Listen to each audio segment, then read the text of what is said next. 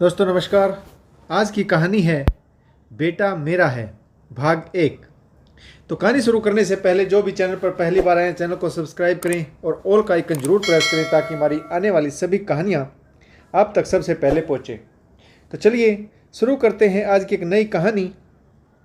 अब तो रचना यह सोचती है कि उसकी बस हमेशा ही लेट हो। दोनों का आपसी रिश्ता परवान चढ़ने लगा। यह सिलसिला लगभग 1-1.5 वर्ष चला, परंतु आज उन बातों को सालों बीत गई। रचना का बेटा 7 वर्ष पूरे कर चुका।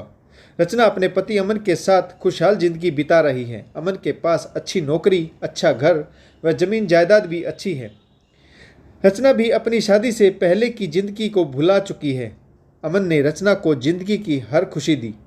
घर के काम निपटाकर हर रोज की तरह रचना ड्राइंग रूम में चाय का कप लेकर फुर्सत के 2 पल बिताने के लिए सोफे पर बैठी ही थी कि उसके फ़ोन की घंटी बजी। दूसरी तरफ से आवाज़ सुनील की थी। आवाज़ को सुनकर रचना सन्न रह गई। सुनील ने पूछा, कैसी हो रचना, और मेरा बेटा कैसा है? अब तो वह बड़ा हो गया होगा। आवाज़ में कुशलता, जानने की उत्सुकता साफ नजर आ रही थी। रचना के होठ कांप रहे थे। दिलो दिमाग पर सौ बिजलियां कौंध रही थी। वह 2 मिनट के लिए हताश होकर सोफे पर ही बैठ गई और अतीत की यादों में चली गई। यह वही सुनील है जिसने रचना को ऐसे मोड़ पर लाकर खड़ा कर दिया था जब उसके सामने सिर्फ एक ही रास्ता बचा था, और वह था आत्महत्या करने का। फिर आज इतने सालों बाद ऐसा क्या हुआ कि उसे मेरी याद आई? रचना का हृदय सुनील के प्रति आत्मगिलानी से भरा हुआ था। ऐसा इंसान जो उसके साथ घिनौना खेल खेल कर इस निर्दयी समाज में अकेला छोड़ गया, फिर आज कैसे मेरी और अपने अंश की याद आई? वास्तव में सुनील और रचना एक दूसरे से बेइंतहा प्यार करते थे और इसमें सारी हदें पार कर चुके थे। रचना की बड़ी शादीशुदा बहन को उनकी यह रासलीला पता थी।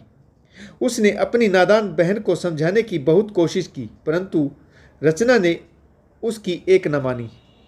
वास्तव में यह उम्र ही कुछ ऐसी होती है जब युवक और युवतियां स्वयं से अधिक समझदार किसी को नहीं मानती। उन्हें अपना फैसला सही नजर आता है और बाकी सब बेवकूफ़ होते हैं। वे समाज की वास्तविकता को जानते हुए भी समाज समझने की कोशिश नहीं करते। अपने मित्र में उन्हें सच्चा जीवन साथी नजर आता है।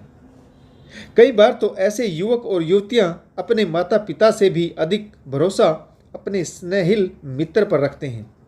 जब उन्हें उनके शुभचिंतक सही राह दिखाने की कोशिश करते हैं तब उन्हें लगता है कि वे उनकी खुशियों से खुश नहीं हैं। ऐसा ही हुआ था रचना के साथ। जब उसकी बड़ी बहन ने अपनी बहन को समझाने की कोशिश की तो रचना ने उसे भी खरी खोटी सुना दी और अपने रिश्ते की कसम देते हुए कहा कि मम्मी पापा को अभी यह बात मत बताना, समय आने पर वह स्वयं बात बता देगी। परंतु रचना सुनील के चंगुल में फंसकर सारी हदें पार कर गई। अब उसे अपनी बहन की सारी बातें याद आ रही थी, लेकिन अब इसका क्या फ़ायदा? अब बहुत ज़्यादा देर हो चुकी थी, क्योंकि रचना सुनील के बच्चे की मां बनने वाली थी। जब उसने यह बात अपनी बहन को बताई तो उसके पैरों तले से ज़मीन खिसक गई। अपनी बहन रचना को समझाया कि मम्मी पापा को अभी यह बात मत बताना, उन्हें गहरा सदमा लगेगा। बिन ब्याही बेटी का गर्भवती होना समाज में अभिशाप से कम नहीं, वे तो जीते जी मर जाएंगे।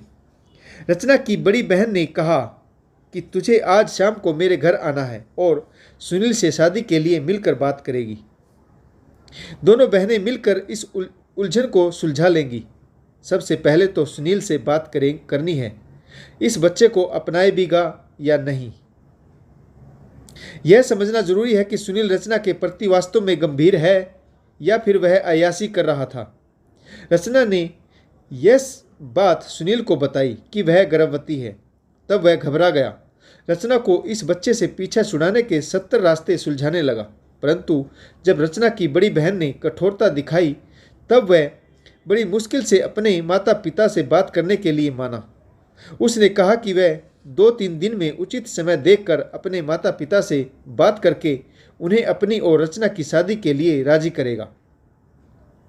परंतु एक सप्ताह बीतने के बाद भी सुनील का कोई जवाब नहीं आया। वह रचना और उसकी बहन का फ़ोन भी रिसीव नहीं कर रहा था। उधर जैसे जैसे दिन बढ़ रहे थे, रचना की मुश्किलें भी बढ़ती जा रही थी। वह डिप्रेशन में थी। उसने बहुत भारी भूल कर दी थी। सुनील की तरफ से कोई जवाब नहीं पाकर रचना और उसकी बहन सुनील के घर पहुंची। सुनील अपने माता पिता के साथ घर में ही मौजूद था। उसकी एक छोटी बहन भी थी।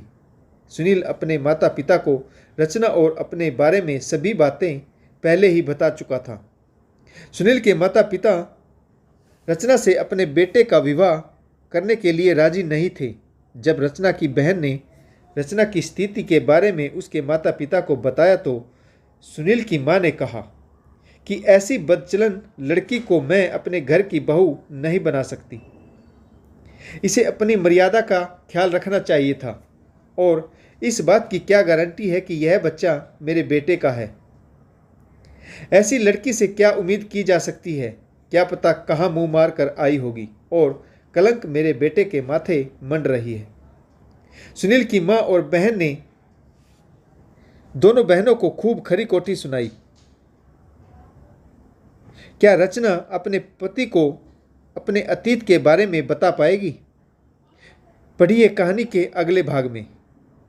आशा करता हूँ आपको यह कहानी ज़रूर पसंद आई होगी। अगर आपको कहानी अच्छी लगे तो कमेंट्स करिएगा, शेयर करिएगा, लाइक कीजिएगा। कहानी पढ़ने के लिए आप सभी का बहुत बहुत धन्यवाद। जय हिंद, वंदे मातरम, भारत माता की जय।